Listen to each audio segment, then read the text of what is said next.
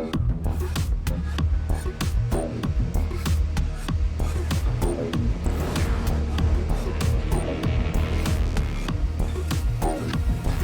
master of mankind summons us to war!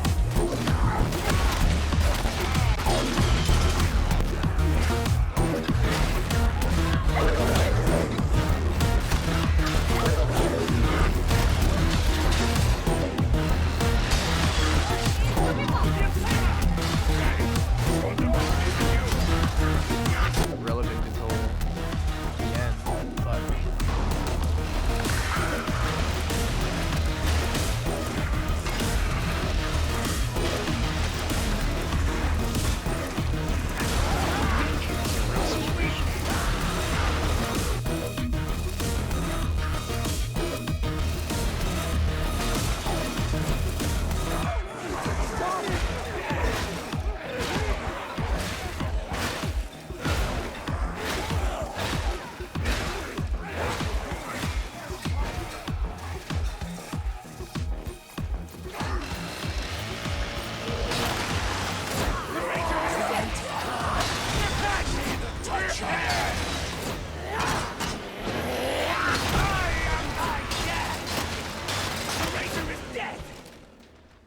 Subscribe, or your mother gets muted in her sleep tonight. Reginald here. I was trying to make a video about the Mark 12, but I just can't do it before I talk about the Mark 4, because man, have they buffed my baby, and I am pretty happy about it. So happy about it, in fact, that I accidentally made a full-scale tutorial instead of a short update video like I had intended. For those of you who don't know me, I am probably the foremost public expert on the Mark 4 Chain Axe. Mark 12 is new, and I haven't had a ton of time to familiarize myself with it, though I've learned a lot in our short time with the weapon. There might be other people who are better with the Mark IV than me, but I'm the only one literally writing the manual on the weapon, so here we are. This is going to be a tutorial on the fundamentals of how to use the weapon after the changes made to the weapon in 15.2. That's not to say it's going to be completely comprehensive. There's quite a lot still to learn and a lot of depth to the weapon now that they've made all these changes, but my goal is to set a nice standard manual of arms for how this weapon is best used for both the veteran and the zealot who have access to it, and explain all the fundamentals as well as some of the more advanced techniques that I'm able to get to. Eventually, I'll do a more intermediate and advanced tutorial on the weapon to cover some of the more niche use cases, nuances, and details, but my goal here is to furnish you, the player, especially if you're newer to the game, with a good sense of how to use this rather unusual and idiosyncratic weapon to good effect. For players who've been playing for a long time, you may just want to skip a round. After all, doddering old man prattling is kind of my specialty, but you don't have to listen to all of it. I have thoroughly timestamped this video for your benefit. First up, we're going to discuss the weapon itself, what basic stats you're going to want and what they all do, what kind of perks and blessings you might be interested in, and then we'll jump into a build guide. For both the veteran and the zealot, I'm going to explain what two chain axes you probably want for those two builds, then we'll talk about how to swing the thing around and when to use it on what targets, and then we'll get into all the caveats, whatabouts, and yabbats. On screen is an example of a nearly perfect chain axe. Let's talk about the modifiers that you're going to want. You're going to want damage, penetration, and shredder as your key modifiers. That shouldn't be any surprise, this is a damage dealer, and it needs to have good stats on those. Mobility and defenses are both important on the weapon, and neither are dump stats. Let's go look at what they each control. Mobility controls your sprint speed, dodge distance, and dodge limit. Generally speaking, you could dump on this fairly hard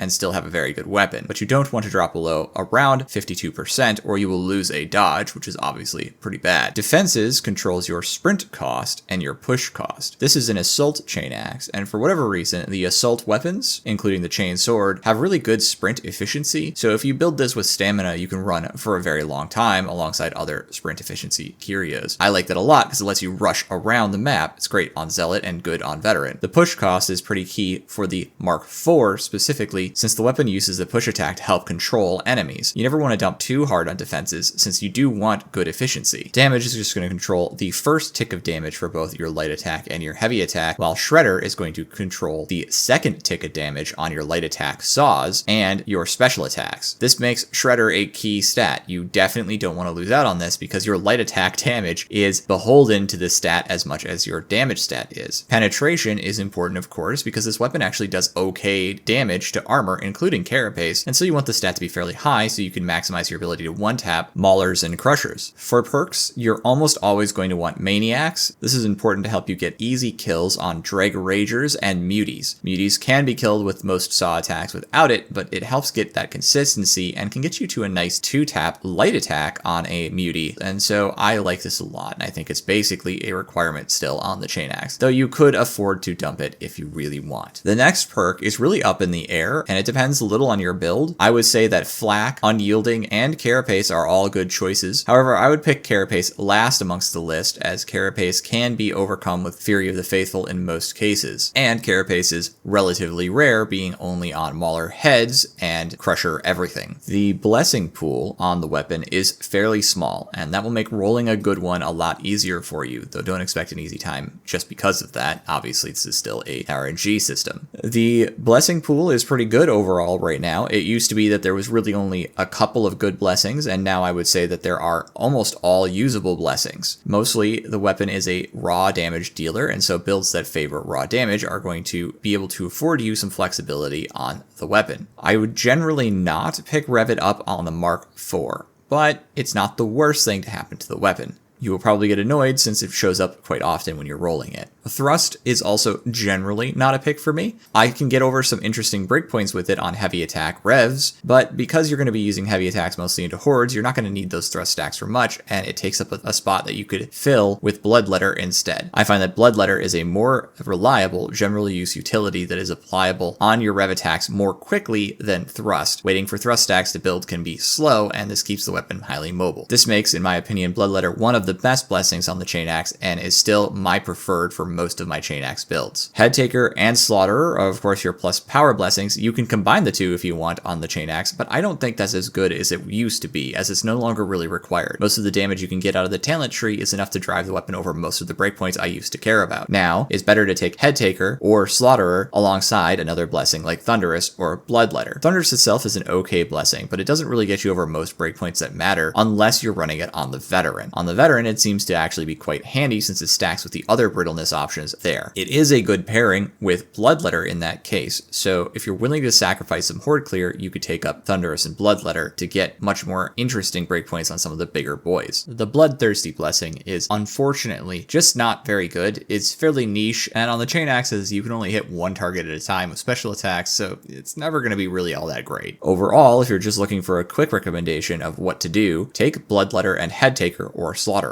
Headtaker is the better choice here, but don't feel bad if you roll Slaughterer, it's almost as good. Alright, there's the weapon. Let's go ahead and move on to the build guides. Now, be forewarned, I'm very confident in the Zealot build. It is how I like to run it all the time, and I play a lot of Zealot. I don't play as much Veteran, though I do play Veteran. This is more of an experimental build on the Veteran, and something to use my shotguns with. I rather like the shotguns in Darktide, even though they're only kind of mid. It's going to be a little bit more janky, and definitely not like the maximum power player. It's for people who like that kind of thing. Build name: Reginald's Chaxe Champion Catalyst. Intended role: kill everything. Just kill it all. No. This needs to be cleaned up. Rodden's dead. Weaponry: Orestes Mark IV Assault Chain Axe, Zerona Mark IIA Quick Draw Stub Revolver. I also take 1 wound, and 3 max stamina. The max stamina may no longer be necessary on the Orestes. It used to be a requirement, but I'm actually not sure it is anymore. I still like it for blocks and reses, but maybe it's not required. Oh, and it does influence your ability to sprint for longer durations, and I sure do love that. Or at least, to the best of my knowledge, it does. Blessings. On the Zealot, for the Mark IV Assault Chain Axe, you're going to want Bloodletter and Headtaker. My data has indicated that Headtaker is actually the best choice when you're sitting at 5 stacks of Martyrdom, which this build is a Martyrdom build. For perks, you're going to be looking at Maniacs and Flak or Unyielding. I'm actually not sure in this case which is better. Unyielding is better for boss damage and can make it easier for you to get more reliable kills against Bulwarks and Reapers at lower levels of Martyrdom. But once you're at 5 stacks, you're getting such easy kills on them, it's not really that important to have that unyielding damage except for bosses. So that's kind of up to you and your decision making. Flak will net you a couple key breakpoints. Specifically, it lets you get a 2-tap on a Scab Rager on headshot with light attacks much more easily, and it also makes it a lot easier to kill a Mauler with just a single rev into the Flak body with a little bit of bleed. That usually does them in. Maniacs is still required mostly for Dreg Ragers, but it also makes it easier to more reliably one-tap Muties along the way. Let's get into talents. Key nodes. We're going to be wanting to grab Immolation Grenade, Benediction, Fury of the Faithful, Redoubled Zeal, Martyrdom, and both subnodes, including I Shall Not Fall and Maniac. Along our way here, we're going to be grabbing Faith's Fortitude. We don't really need Martyr's Purpose. I want to call special attention to these additional key nodes. We're going to be grabbing Viscious Offering and Bleed for the Emperor. Also going to want Thy Wrath Be Swift, and of course, Until Death and Holy Revenant. This is a Martyrdom build. It's pretty standard fare, but there are some specific interactions I want to call to attention. Bleed for the Emperor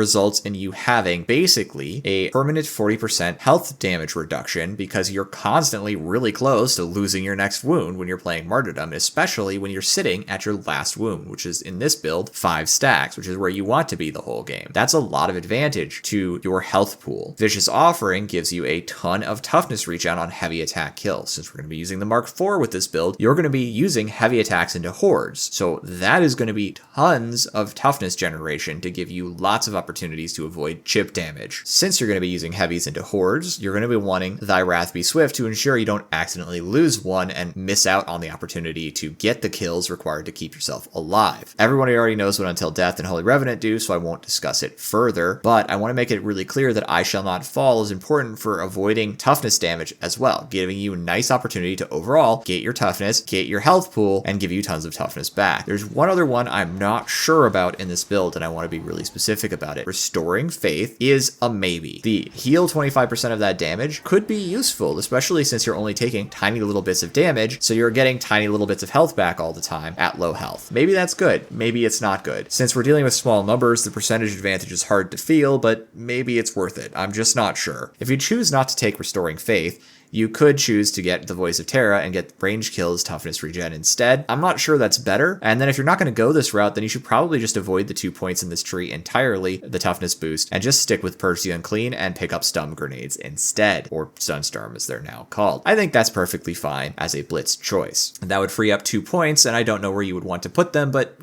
Sustained Assault seems like a good choice. Another possibility that came up recently that I may be overlooking here is Punishment. This could synergize very nicely with this build and even free up Swift Certainty. Not sure about that. That requires some testing, and I will let you know in a future video. Let's talk about the veteran build before we hop into the swing patterns on the weapon and what they're used for, and then get into breakpoints, caveats, and discussion.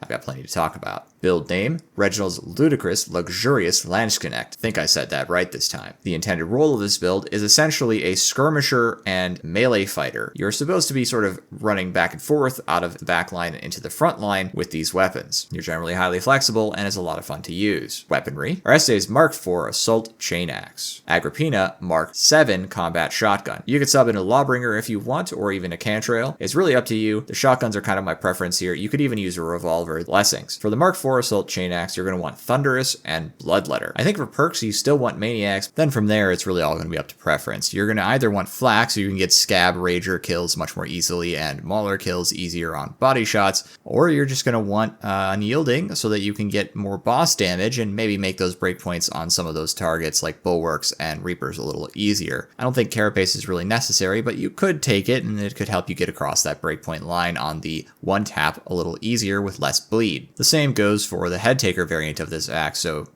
take your pick. However, if you're not partial to Thunderous, you can actually take Bloodletter Headtaker and also get really solid results. You might even be able to get comparable ones. There's just a few different breakpoints that we've sort of identified here, and a lot of the testing is ongoing. It turns out that the Chain Axe on Vet is a fairly complicated weapon, and it certainly is on the Zealot as well, but we found a cleaner breakpoint line for the Zealot than we have for the Veteran at this point, so take that under advisement. We're still working on it, actually. We have a team of 3 people who are very invested in figuring out what the best thing to do with the weapon is, and we're still just not entirely sure. For the Agrippina Mark VII shotgun, you're going to want no respite in full bore on this build. However, if you really wanted to, you could ditch full bore or maybe no respite and pick up Man Stopper. You have the ability to guarantee a cleave hit, and you could use that to get some clean kills. The key thing to do with this build is to pull it out, shoot into the horde, get a solid kill, usually firing at head height, and then return to melee. I like the Agrippina on this build the most because it gives you the extra range to reach out and touch the enemy when you need to do veteran things. Most of the other shotguns just start doing that right now. For Curios, I just have sort of a smattering. I think you could probably do better than what I'm doing here, but I have toughness, stamina, and max health. I still don't know whether or not you need stamina, but veteran tends to suffer from low stamina, so you might want to pick that up. Let's get into the actual build guide. Key nodes. There are going to be a lot of key nodes here. We're going to be taking smoke grenades, agile engagement, close and kill, infiltrate with 3 subnodes, including low profile, surprise attack, overwatch. We're also going to be taking close quarters kill zone for the Emperor, rending strikes, trench fighter drill, precision strikes, weapon specialist, and always prepared. I know there's a lot of nodes here that are really priority, but I've chosen a lot of this stuff on purpose. Okay, I know that was a lot on the build, but we'll just discuss it real quickly. The infiltrate ability is 2 charges, and you can use it either as a big, huge buff to your melee damage in the same way you might use Chastise, but for a greater duration, and Weapon Specialist to keep your speed up, or you can use it for its other utilities like Escape, Objective Management, and Rezzing. It's a really strong ability,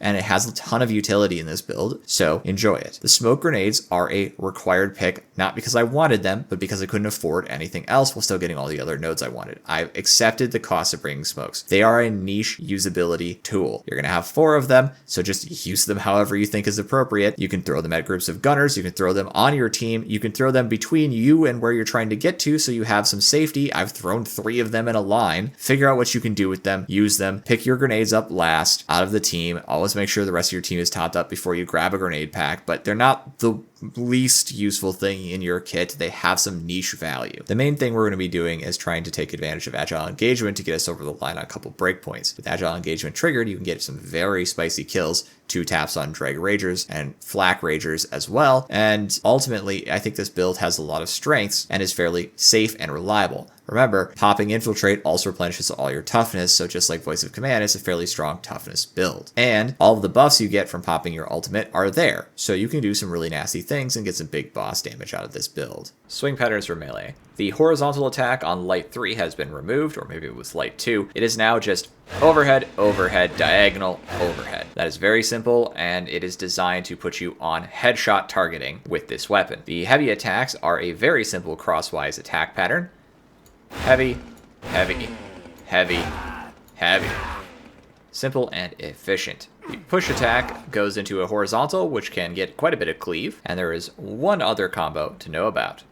There is the light, light, light, heavy, which brings your attack in a full horizontal. I find this very slow and a bit unwieldy to use, and I'm not sure what the use case is for it yet. Lastly, there are your special attacks. Special into light is a overhead from a very natural light attack, but they changed the heavy to be more vertical on the strike. So it goes special, heavy, and it comes down more from the top than it used to. It used to be much more diagonal on the low. Those are your swing patterns. But before we dive too deep into the various nuances of what to hit with what, it is probably worthwhile that we address the elephant in the room. The MK4 Chain Axe is very unique among the Darktide weapons in that it has latching behaviors on 2 different sets of attacks. Now, you might say, well, there's the heavy chainsword variants that have that, and there's the new MK12 Chain Axe that has that too. And you're not wrong, but it is the only weapon that decided to replace its light attacks with purely single target attacks that only latch. Pretty different. I'm just going to say this up front for you if you're all the way in this tutorial and you've gotten to this part. If you don't like the mechanic of latching to enemies, you're not going to like this weapon. You're not going to enjoy it. Don't use it. If you're willing to learn how to manage these attacks and how to enjoy them, then yes, you will enjoy this weapon because they are now very strong attacks, and so is the rest of the weapon. So how do you learn to use these funky latching attacks? Well, there is actually a trick you need to know from back in my original tutorial on the weapon that will help prevent you from getting sick while using them. Rather than trying to whip your mouse around the way you might,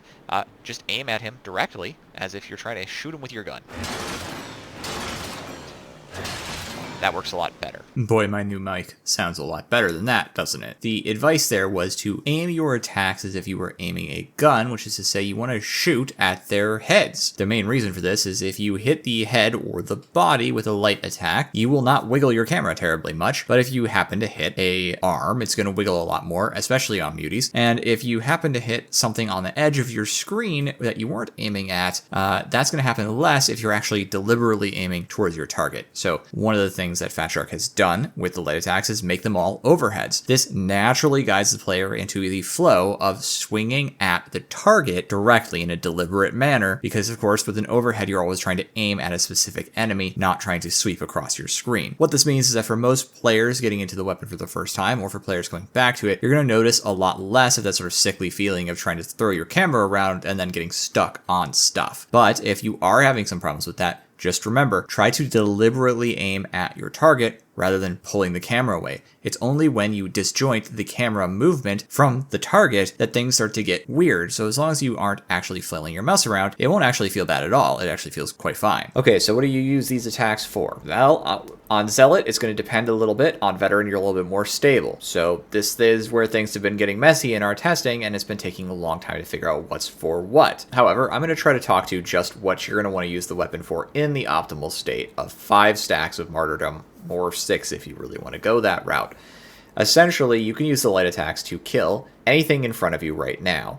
That is, all the specialists can be killed in 1 hit, except for muties. That's very fast and easy to do against all these targets, so that's just light attacks, I will remind you. With Flak as a perk, you can 2-tap a Scab Rager, and with Maniac, you can 2-tap a Drag Rager. Scab Shotgunners can also be killed in 1 light attack on the headshot, while Drag's Shotgunners require 2 hits to kill. Gunners take 2 shots. Because these breakpoints are so nice, honestly, and fast, the question is really, when do you bother to use a special attack? If you can get so many kills on elites with light attacks, why would you bother? And the answer is, well, throughout your game, you're not always at 5 stacks of Martyrdom. Sometimes you need to heal, sometimes you get healed by someone, sometimes you step on a medkit by accident. In the course of a game, different situations may result in you having more or less Martyrdom, though you're always going to be aiming for your desirable 5 stacks. You might even be trying for 6. Depends on your build. The point is, when you're looking at your breakpoints, you want to have in mind some sort of rule you can decide against. And you'll have to test out your own weapon. I haven't put together a table on my weapon just yet, but I'm going to, so that I know when I should use lights and when I should not, based on my health level. So, my basic rule of thumb is 3 light attacks is a little too many. There are good use cases, though, in order to maintain mobility, so sometimes I'll do that. If you need to do 4 light attacks, you definitely should be using a rev. There's just no reason to spend that long doing saw attacks when the number of ticks of damage you're doing is actually half that if you just do a rev attack. I know it can feel like you're stuck somewhere a long time when you're doing 4 ticks of damage over a rev, only to get the payoff at the end, but please keep in mind that the light attacks themselves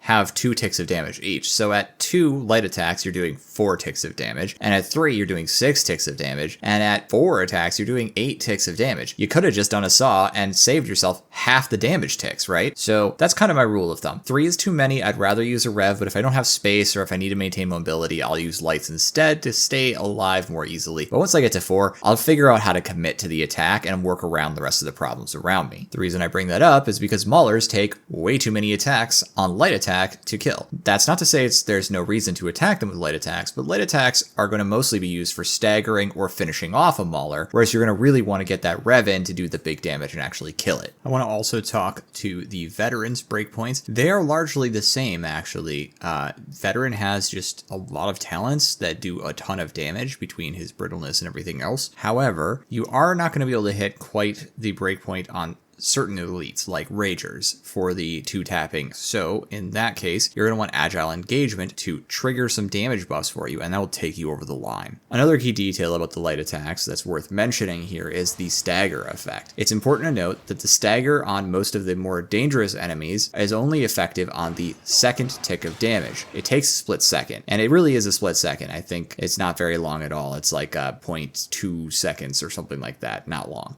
So if you are hitting Ragers with these while they're swinging, you can stagger them. You can stagger Maulers out of their overheads. I believe you can even stagger Crushers out of their overheads with these once you get a little bit of power into them. This makes the weapon pretty strong against one-off fights, but learning to use this ability against multiple targets, especially dangerous elites like Berserkers, requires some skill. You can get some pretty incredible kill times once you figure this out, but it is not an easy thing to figure out, so please be aware of that. This weapon requires a lot of learning. That's why I like it so much. That's why I run tutorials on it, but it's not an easy thing to do. It's much harder than other weapons. There's a lot of investment personally required to learn the weapon. So if you're into that kind of thing, this weapon is for you on that front. The final quick detail on the light attacks is the dodge out mechanic. As mentioned, the second tick of damage is when the stagger is applied, especially to big targets like ragers and maulers. So if you're going to be swinging these with the intent of staggering your opponent, make sure you don't dodge out of it before you get to the second tick of damage. Otherwise you will ruin yourself when you take a bunch of unexpected damage. Dodging out of these light attacks doesn't cost you any stamina, but it does remove about half your damage, thus reducing your DPS significantly on the light attacks. So just keep that in mind. I rarely, if ever, intentionally dodge out of these. I mostly do it by accident, and that's a skill issue on my part that I intend to fix over time, but frankly, you shouldn't need to. It doesn't take that long to swing and saw. It just feels a little weird to most people because you get stuck from your apparent perspective doing it. It's really very easy to learn around. So we've covered all the light attacks. I think that is satisfactory. Let's discuss what the push attack and the heavy attacks for, because these are really key to using the weapon. The heavy attacks, you're going to want to learn how to use these in order to fight hordes. They come out quicker than they look like they do, especially the follow-up heavies after the first one. You can fire these off very quickly. I'm not sure I can be able to actually show you that very effectively, but I will try. I'll just sort of put some markers on screen on when I've let go of the button so you can see when I let go of the heavy attack. You can see how early you can let these go. They feel slower than they are, but they are kind of slow. That's the design of the weapon, and it's probably intentional because the thing is very good at single target damage. It didn't need to be the best thing ever at horde clear damage. However, on Zealot anyway, as a martyrdom weapon, this thing actually hits some pretty nasty horde clear speeds, so it's pretty strong. On Veteran, it does struggle quite a bit more, and so you may even want to take Slaughterer over Headtaker, though I think Headtaker is still a really strong choice if you're going that route. Again, Thunderous is also strong. These are about breakpoints that you want, but for the heavy attacks, the horde clear advantage you get is not as high on Veteran. You're looking in the 40-second range on 100 targets, which is a whole horde by yourself, just for the record. Generally speaking, you'll use your heavy attacks to beat down Poxwalkers and Groaners. Make sure you're aiming for headshots. It's got a diagonal cross, so you'll be able to hit 2 or 3 heads typically. So try to figure that pattern out. Then you're going to want to keep track of bruisers and whether or not there's a lot or a few of them. If there's a lot of bruisers around, it's wise to start using heavy attacks. If there's just a couple around, you can clean them up faster and basically very safely with light attacks. If you are fighting into a mixed groups of bruisers or poxwalkers and lighter elites like gunners or shotgunners, it's actually advisable in most cases to be fighting using heavy attacks to keep them staggered so they don't start shooting you. Now, you can alternate into light attacks and mix that up in that way, and that's an adequate way to do it, but the heavy attacks have pretty good stagger properties, so there's good reason to use them despite the higher kill speed of the light attacks. Just kind of play with that and figure out what works for you on that front. Now, there is one other element to the heavy attacks that bears mentioning, a niche use case for Headtaker and Slaughterer, along with Punishment, and possibly Hammer of Faith and Grievous Wounds. I did test all of these. It was brought to my attention that with some of these talents, including Punishment and with Headtaker and Slaughterer, you can apparently use heavy attacks to stagger ragers out of their attack chain. I will say that I did test this and I wasn't super impressed. Now I'm going to play you one of the videos real quick and just pay attention to when I actually managed to stagger them.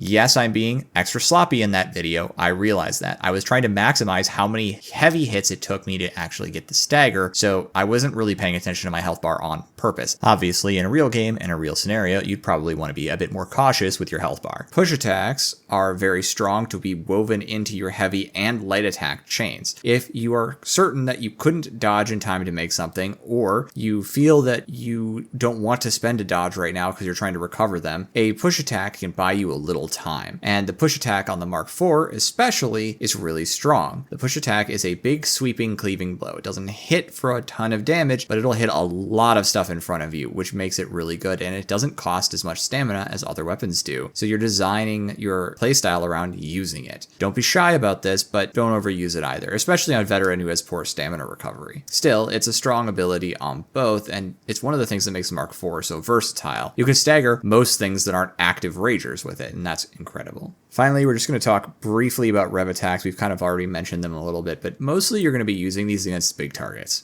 You can also use them against elites. You can also use them for fun, but primarily you're going to use this against maulers, crushers, bulwarks, reapers, and bosses. In case you've literally never used this weapon before, it's probably worth mentioning that the saw attacks on the weapon, both light and heavy rev attacks, do 4 ticks of damage, with the biggest damage tick on the last tick. It's also worth mentioning that much like the light attacks, the stagger on heavy and light rev attacks is mostly applied by the second tick of damage, so make sure to pay attention to that when getting your timings for knocking crushers out of their attacks. Learning to use these well is one of the key things about chain weapons, and if you can use them and get to the end tick without dodging out, you will get a big payoff typically, plus you'll be applying the full bleed stack. Learning to do this consistently in messy situations is important, and I'm going to give you a tip and a trick for how to do it. There are 2 things you can do on the Zealot that will make this better, and obviously one of them applies across to the veteran as well. Fury of the Faithful is an AoE stun. If you use it while revving into a target, it will hit them and stagger everyone around them as well. It's very small AoE, but is useful for keeping yourself safe until you're done. You want to start your swing, start sawing, and once you hear the whoosh, you hit Chastise or Fury and bonk into everyone around you, and this will usually protect you from taking any health or toughness damage until you are done with the full saw, at which point you should immediately be blocking and moving into a dodge, and then maybe do a push attack to set things up again. Trick number 2 will apply to any class, and it is very simple. You do a push attack with the weapon activated to rev into your target. Assuming you have good control over the situation, everyone's in front of you, the push attack will shove everyone out of your way, for starters, making it easier for you to snag the elite you're going for with the rev attack. Second of all, it will stagger most enemies long enough that you can finish your rev before they start hitting you again, giving you time to dodge and block. Another key component of surviving a rev attack that I almost forgot is trying to feel out the maximum reach of your weapon, hitting your target at that distance, and then backpedaling. This will give you space from enemies who are behind that target. They won't be able to easily hit you, including crushers who have a tendency to swing through other crushers. A final weird detail for how these rev attacks work is how they interact with Fury of the Faithful or Chastise the Wicked. You can actually activate Fury of the Faithful while actively sawing your opponent during any tick of damage. It's best to do this shortly after making contact with your target. You can also hold on to it for just a split second if you think you're about to be hit, and if you time it just right, you can actually dodge and attack. Furthermore, it actually does more damage if you fire this off during the rev than if you fire this off before the rev. Kind of a weird thing, but it's true. And it technically saves that crit for the next strike. There is an exception to this rule though, for whatever reason. When sawing into flak targets, especially maulers, you get a little bit more damage if you charge first before hitting your attack. Don't ask me why it works that way. We identified this in an earlier video on an earlier day. The final note on the rev attacks is your ability to dodge out of them. Once again, I'm mostly doing this by accident because I'm not used to the mechanic, but also because I used to kind of smash space near the end of the saw window in order to try and maximize my ability to dodge out at exactly the right moment. Now it causes me to dodge out and cost me 4 stamina, so I'm not really in love with that. I don't think it's a bad mechanic, it's certainly a skill issue, and it actually adds a layer of depth on the whole that I will enjoy over time. There are times where I do actually want to dodge out of a saw that's maybe a bad one or an unintentional one, and when I have the opportunity to do so and have done it on purpose, I have rather liked it. And since it's something you need to learn around, I think that's more depth to the weapon rather than a drawback to the design of the weapon. However, the fact that you can dodge out of these means that you need to learn the timing for when you should dodge out of these, and most importantly, you need to really pay attention to learning how to do this properly. Getting to the end of the rev is key to using the weapon properly and getting good damage. If you're constantly just dodging out because you feel a little unsafe, you're never going to learn when you can and can't get away with things. You really need to be paying attention to the enemies you are fighting. It's really easy to sort of just look vaguely around and see there's a bunch of enemies. You need to know the timings of the enemy's attacks. So watch for that very closely and you will get better at the game in general, but also at using your saw attacks. And that push attack trick is great too. The last detail on rev attacks that I want to give you is a tip and trick. I think it's is worth knowing. So obviously when fighting bulwarks, you can do the little dodge on swing and hit them in the back somewhere to kill them. With a rev attack on the Chain Axe, you should be able to kill them outright, either with a little bleed if you're using a light, or right in one stroke if you're using a heavy. Can be quite nice. But a friend of mine actually identified a fun little trick you can try. If you can do a push attack with rev, just as they swing at you, you will actually block the attack, open them up for an attack, and then hit them in the face to rev them to death. Looks awesome, feels awesome. Give it a shot, requires a little practice, but I think you'll like this technique. That seems like a good enough stopping point for this tutorial. There has been a lot here. It was way more than I intended. In fact, originally this was supposed to be just a quick update review on the weapon and its performance. Now it's a 30-minute tutorial. Here we are. But I did have a little discussion I wanted to do on the way out the door. I'll try to keep it short, but be forewarned, here comes that prattling I was talking about. There's actually a lot less data I need to talk about at this point, since I wove it into my tutorial successfully. I'm pretty happy with that. If you want to know where I'm getting my data, I have a video on the subject, and I will link it in the description below. It is a video entitled Gross or Gold Weapon Testing, Aggressive Testing 3. This is part of a series I'm doing on aggressive weapon testing, and me and some volunteers, 2 in particular, have been working pretty hard to get a lot of data on a lot of different weapons, including ranged weapons and other classes than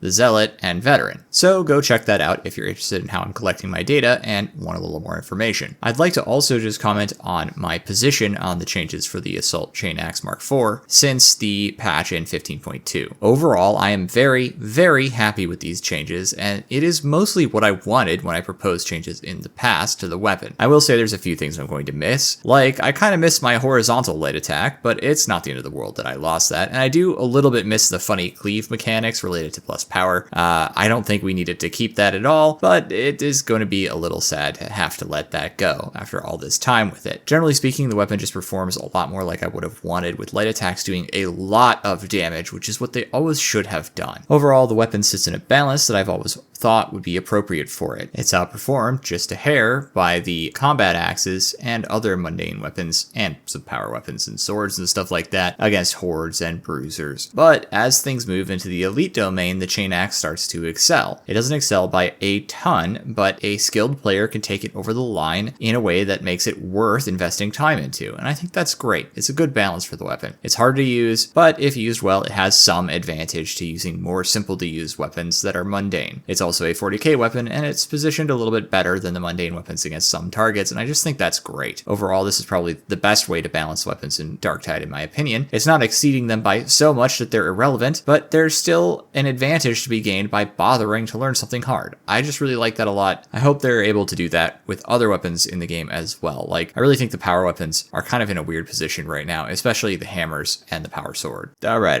I think I'm actually done properly this time. Next up for me is probably a tutorial on the Chain Axe Mark 12. That gave me a new Chain Axe. You know I gotta talk about it. And then I'll just play it by ear. I've got a bunch of stuff on the table that I'd like to get to, including more Chain Axe master classes, some stuff on Rogue Trader game, maybe some tutorials for the Psyker. There's just like a huge list of things I'd be interested in talking about that I haven't had time for because so many patches came out towards the end of the year. Congratulations to Fat Shark on that, by the way. You guys did actually knock it out of the park at the end of the year overall. Good job. With that, I will just say goodbye. Thank you all so much for visiting, and if I don't see you before Christmas, then Merry Christmas to you, Happy Holidays if that's your thing, and otherwise, I will see you around.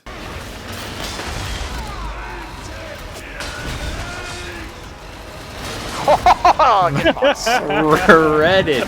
Absolutely that was a good 24% ping there. Yeah, it was. Good stuff. That was very, very clean. Yeah, we had 2 stems left. It's good stuff. There it is. There it is. There it is. We can show our superiority.